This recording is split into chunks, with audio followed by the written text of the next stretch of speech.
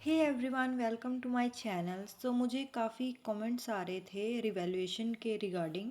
इस वीडियो में हम जानेंगे कि आपने रिवैल्यूएशन फॉर्म कैसे फिल करना है, क्या क्या प्रोसेस होती है, क्या डॉक्यूमेंट्स की रिक्वायरमेंट होती है एंड आपके कितने मार्क्स इंक्रीज़ कर सकते हैं या डिक्रीज़ भी होंगे या नहीं। ये सब जानेंगे हम इस वीडियो में एंड ये भी जानेंगे कि एमसीक्यू जो हैं वो भी चेक होते हैं या नहीं। शुरू करते हैं इस वीडियो को। सबसे पहले अगर बात करें कि रिवैल्यूएशन प्रोसेस है क्या है, तो एक्चुअल में जब किसी स्टूडेंट के कम मार्क्स आते हैं जो कि उसके सेटिस्फाइड मार्क्स नहीं होते हैं और उसको पूरा कॉन्फिडेंस होता है कि मेरे मार्क्स अच्छे आने चाहिए थे, तब स्टूडेंट क्या करता है, रिवैल्यूएशन फॉर्म फिल करता है और जिस सब्जेक्ट में उसको लग रहा है कि मेरे मार्क्स और ज़्यादा आने चाहिए थे वो उस फॉर्म को फिल कर देता है। अब बात करते हैं रिवैल्यूएशन फॉर्म फिल कहाँ से होगा। तो रिवैल्यूएशन फॉर्म फिल करने के लिए आपको स्कूल जाना पड़ेगा। जो भी आपका स्कूल है आपको वहाँ पे जाना पड़ेगा, क्योंकि ये जो फॉर्म होता है वो स्कूल आईडी के थ्रू ही फिल किया जाता है।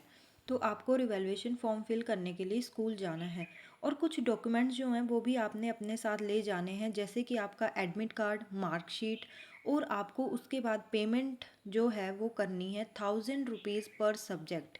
यस, 1000 रुपये जो है पर सब्जेक्ट लगता है। स्कूल वाले ही आपका फॉर्म जो है वो फिल कर देते हैं। आपको सिर्फ 1000 रुपीज़ फ़ीस और जो डॉक्यूमेंट्स बताए वो सबमिट करने होते हैं।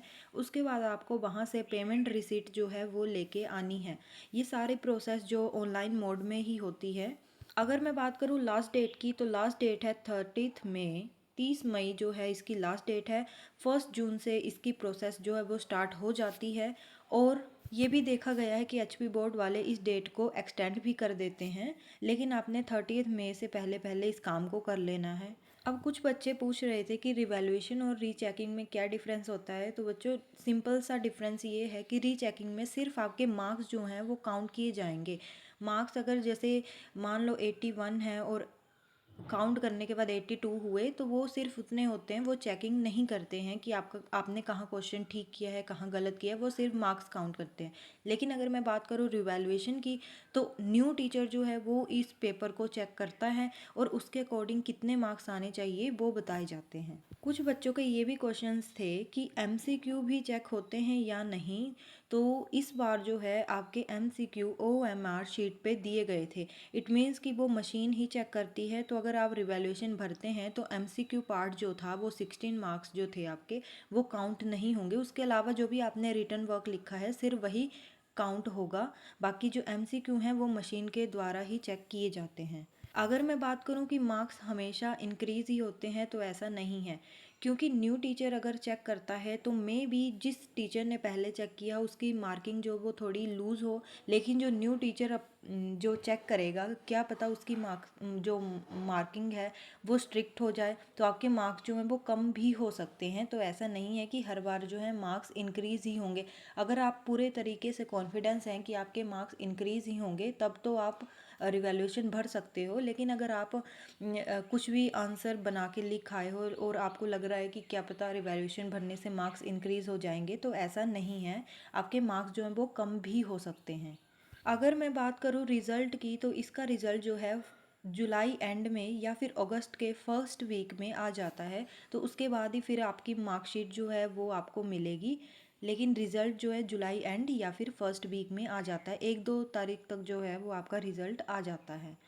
अब आपको ये बात तो क्लैरिफाई हो गई होगी कि आप जो है घर बैठ के फॉर्म फिल नहीं कर सकते हैं, आपको स्कूल में जाना ही पड़ेगा, क्योंकि उनके पास जो स्पेशल स्कूल आईडी होती है उसके थ्रू ही फिल कर सकते हैं। अगर आप घर बैठ के फिल करने की कोशिश करोगे तो वो वैसे भी वहाँ पे एप्लीकेबल नहीं माना जाएगा, वो वैलिड नहीं होगा। तो इसलिए स्कूल जाकर ही फॉर्म फिल करें। आपको अब कुछ करने की ज़रूरत नहीं है, सिर्फ सारे बताए गए डॉक्यूमेंट्स लेके आपको सिर्फ स्कूल पहुँच जाना है और वहाँ पे इस फॉर्म को फिल करवा देना है। जितने भी सब्जेक्ट आपने रिवैल्यूएशन के लिए देने हैं उतने बता दीजिए उनको, और पर सब्जेक्ट मैंने आपको बता दिए कि 1000 रुपीज़ जो है वो फ़ीस है।